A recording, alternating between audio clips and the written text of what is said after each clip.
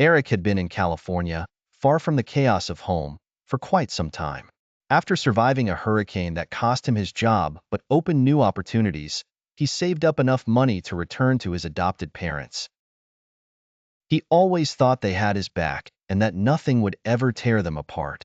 Confident in their love and trust, he flew back, rented a motel, rejoined his union job, and found a house right across the street from work. Eric felt like he was finally back where he belonged, with the family he could trust. Or so he thought. One evening, Eric invited a friend from work over for a couple of beers. Mid-conversation, his friend asked, "Do you hear that? It sounds like people talking." Alarmed, Eric got up to investigate but found no one.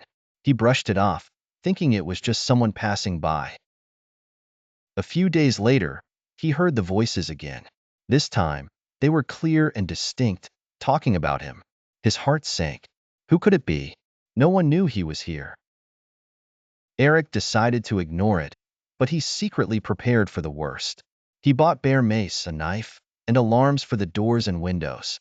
He started staying up at night, listening to the voices and stalking them back. That's when the voices realized that Eric could hear them. One night, a man appeared at Eric's bedroom window and told him to turn on the light. Eric, petrified with fear, complied.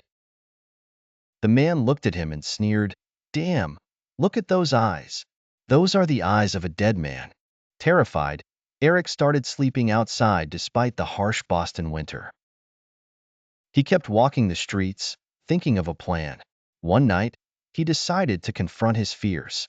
He called his father and asked him to come over. When his father arrived, Eric heard a woman's voice say, "I remember when my daddy slept with him."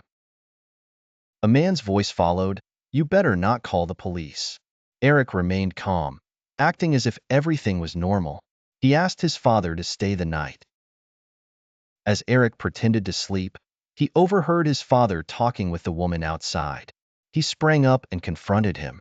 His father tried to choke him, but Eric was ready. He had already dialed 911. Suddenly, the door was kicked in. His father said, "He's on the phone with 911. Eric pulled out his bear mace and held his father hostage while pleading with the dispatcher to send help. "Hurry, hurry, they are in here."